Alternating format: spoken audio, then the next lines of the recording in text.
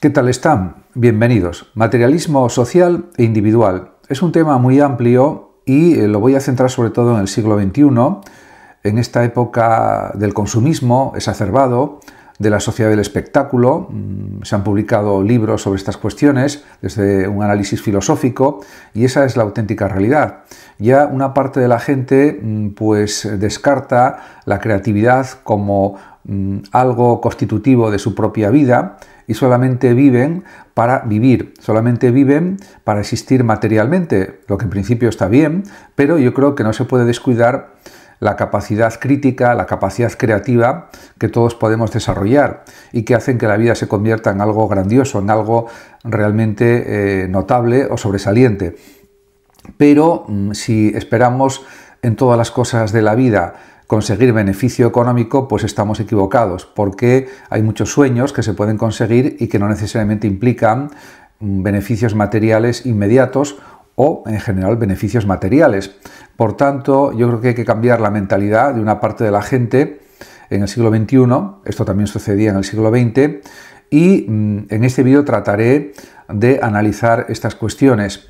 Considero que vivimos en un mundo cada vez más materialista, más basado en el dinero, y no todo lo que se hace en la vida supone un beneficio económico, y a veces las cosas más valiosas de la vida no tienen, diríamos, un rendimiento monetario, y eso mucha gente no lo quiere entender o no lo quiere comprender, pero aunque están en su derecho de hacer la vida que ellos quieran, yo creo que vivir no solamente es satisfacer las necesidades materiales, sino también las necesidades espirituales, psicológicas, las necesidades creativas, habría que decir más exactamente. Es verdad que estamos en una época en que hay una precarización del trabajo tremenda. Esto ha generado un tipo de subjetividad profundamente marcada por el deseo de posesión, la visibilidad y la acumulación. El materialismo ya no se reduce a la propiedad de objetos tangibles. Hoy lo material incluye también los likes, los seguidores, los logros cuantificables, la marca personal, los algoritmos que nos clasifican, los datos que generamos, en definitiva el Big Data. La materia en este contexto se ha vuelto líquida, efímera, pero no por eso menos poderosa. También hay que señalar que en este nuevo orden material la experiencia se mercantiliza, el cuerpo se optimiza, el tiempo se organiza también en función de su rendimiento. El sujeto materialista del siglo XXI no es simplemente el que desea tener, sino el que desea valer, y para valer necesita tener visibilidad, tener validación, tener capital simbólico, tener capital económico también, etc. Y, por otra parte, también hay que señalar que el materialismo social se ha despojado de la culpa religiosa o de la crítica filosófica. Hoy es norma, expectativa, sistema. Ya no hay un afuera claro desde el cual criticarlo porque lo atraviesa todo. El lenguaje, el deseo, el afecto, la política, la educación, incluso la espiritualidad. Y al mismo tiempo hay que decir también que el materialismo individual, la forma en que cada sujeto se relaciona con lo material, se vuelve cada vez más ambivalente, oscilando entre la culpa y la exaltación, entre la angustia y el placer, o entre la autonomía y la esclavitud. Y todo esto pues es algo negativo en sí mismo. El sujeto materialista, podemos decir, realizando una especie de genealogía contemporánea, que realmente lo que quiere es seguir en este crecimiento económico continuamente, y además esto se apoya en un neoliberalismo como ideología dominante desde los años 80 y también considerando la explosión tecnológica de los 90.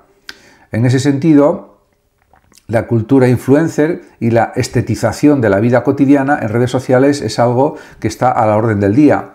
Cada uno de estos elementos ha contribuido a configurar un sujeto que vive en una constante comparación con los demás, que mide su valor por la capacidad de adquirir a nivel económico, mostrar, significar. Este sujeto vive bajo la lógica de la escasez, aunque esté rodeado de abundancia. Su tiempo siempre es poco, su cuerpo nunca es suficiente, su cuenta nunca alcanza. Su cuenta corriente, se entiende. Sus logros nunca bastan. El materialismo, en este sentido, ya no es una ideología, sino una forma de ansiedad estructural de muchas personas. Además, hay que indicar que esta ansiedad se manifiesta en múltiples niveles.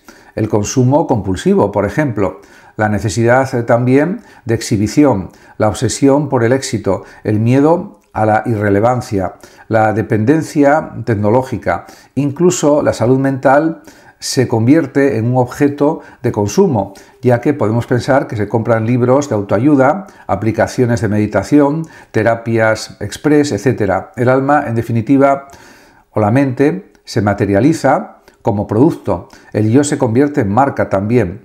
Lo material, por tanto, como identidad. Y en ese aspecto hay que también decir que una de las características más impactantes, sin duda, del materialismo contemporáneo o actual es su capacidad de volverse identitario. No se trata simplemente de tener objetos, sino de ser a través de ellos, a través de los objetos, la ropa que se viste, los lugares que se frecuentan, los dispositivos que se poseen o se utilizan, las experiencias que se pueden mostrar, se convierten también en parte constitutiva del yo. Y todo esto se ve además claramente en la cultura de las redes sociales, donde el yo se construye como un collage de imágenes materiales, comida, viajes, cuerpos, objetos, estilos de vida. Lo importante no es vivir, sino mostrarse viviendo. No se trata de ser feliz, sino de parecerlo o aparentarlo.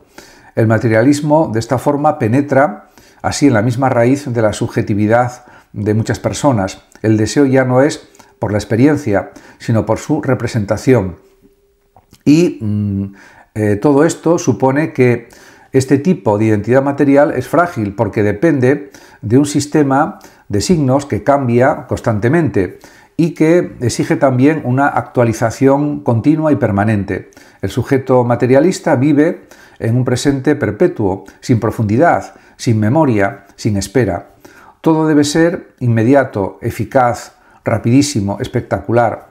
La lentitud, la interioridad, el silencio, la reflexión se vuelven sospechosos, casi disfuncionales para muchas personas. Y además de esto está también la paradoja del vacío, que es, por otra parte, una de las paradojas fundamentales del materialismo del siglo XXI. Y es que al multiplicar los objetos, los signos y también las experiencias, se genera también un vacío existencial creciente en muchas personas. La vida se vuelve más llena, pero menos significativa. Se vive más rápido, pero con menos sentido. Se tiene más, pero se es menos. El materialismo, en definitiva, no ha sido capaz de responder a las preguntas esenciales del ser humano. ¿Quién soy, por ejemplo? ¿Para qué vivo? ¿Qué sentido tiene el sufrimiento, la muerte, el amor, la soledad, etcétera, etcétera? Y en su lugar ha ofrecido una cascada infinita de distracciones, como si la vida solo consistiera en eso. Y para mucha gente parece que solo consiste en una infinidad de distracciones. Este vacío se manifiesta en el aumento de trastornos de ansiedad, depresión, adicciones, autolesiones, trastornos de la alimentación y también se observan la fatiga crónica, la desconexión emocional, el aburrimiento profundo, disfrazado, eso sí, de hiperactividad, y el materialismo, además, no genera plenitud, sino dependencia, la promesa de felicidad a través de la posesión de las cosas es en el fondo un círculo vicioso de insatisfacción.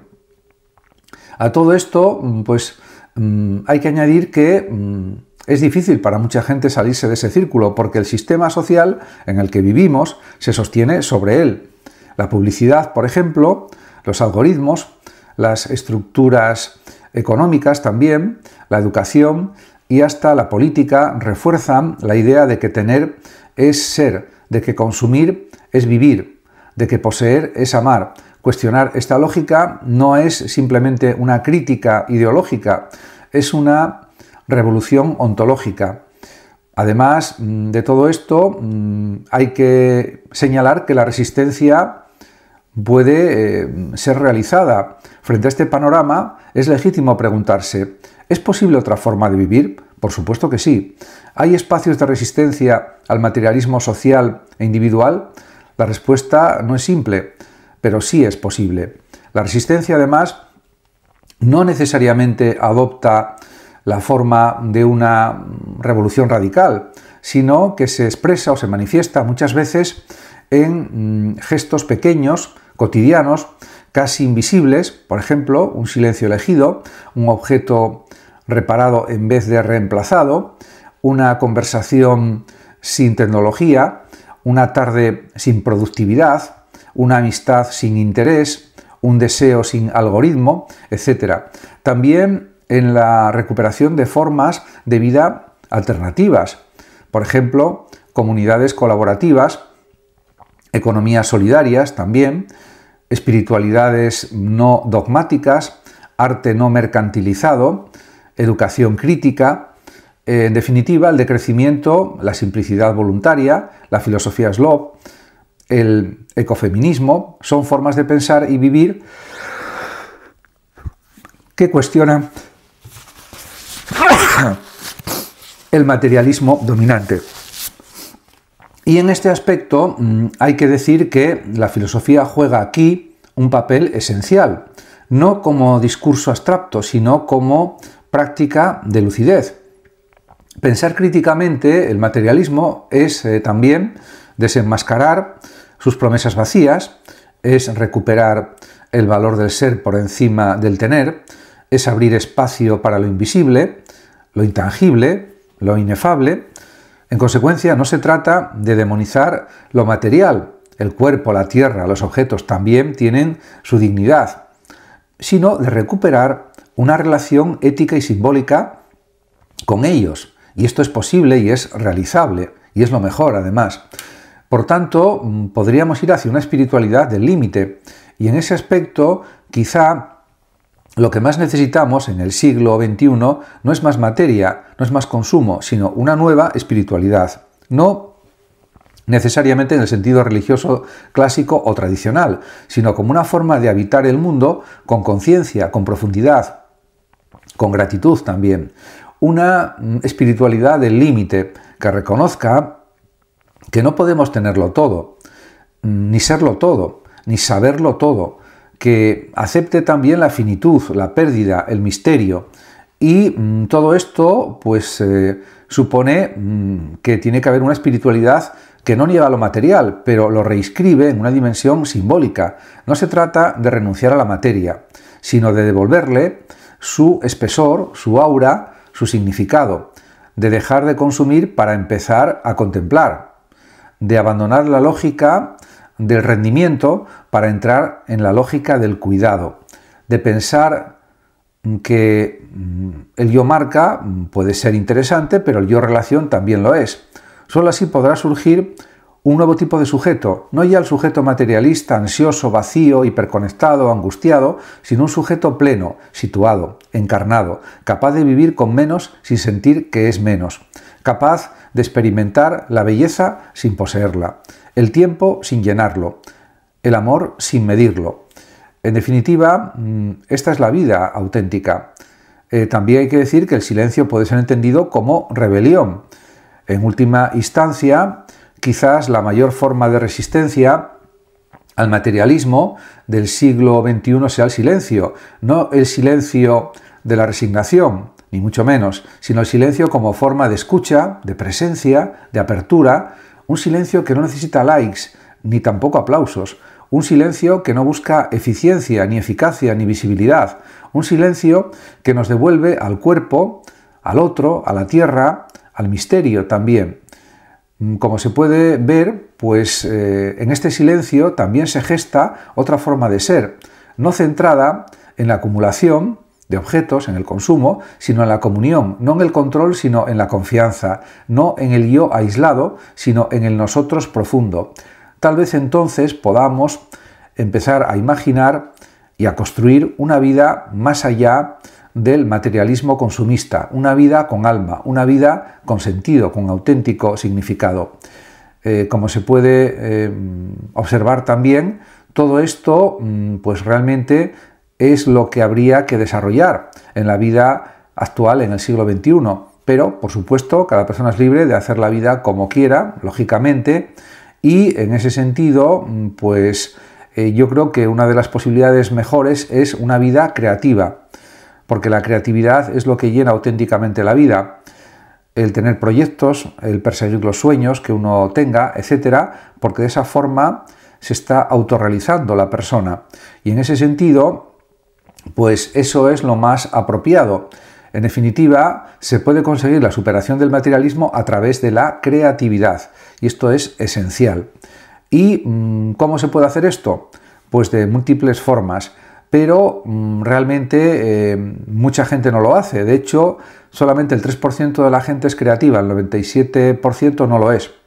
Y en ese aspecto hay que decir que en el siglo XXI, en un mundo en el que muchos sujetos están saturados de objetos pero hambrientos de sentido, la creatividad emerge como una vía privilegiada para cambiar ese proceso, para revertir, este proceso. La creatividad no como simple producción de novedades consumibles, sino simplemente como una forma de llevar una vida más profunda, con más sentido, y también como una forma de reconfigurar el mundo y de reconfigurar también la propia esencia de uno mismo. Una creatividad que no se mide por su éxito comercial ni por su viralidad, sino por su capacidad de abrir espacios de sentido donde antes solo había repetición y vacío. Eso también es importante indicarlo. La creatividad auténtica no parte de la escasez ni de la abundancia material, sino del deseo de transformar. Es un impulso que no busca poseer el mundo, sino realmente recrearlo. No necesita más objetos, sino otra mirada. No busca acumular signos, sino fundar significados. Y esto es esencial. Por eso la creatividad genuina es profundamente antagónica al materialismo, donde el materialismo quiere, por ejemplo, adquirir, la creatividad quiere generar. Donde el materialismo quiere consumir, la creatividad quiere construir. Donde el materialismo desea inmovilizar la identidad, la creatividad lo que hace es reinventar la identidad. Muchas gracias a todos por su atención y hasta mi próximo vídeo. El que lo desee puede compartir este vídeo, darle like o suscribirse a mi canal de YouTube. Hasta pronto.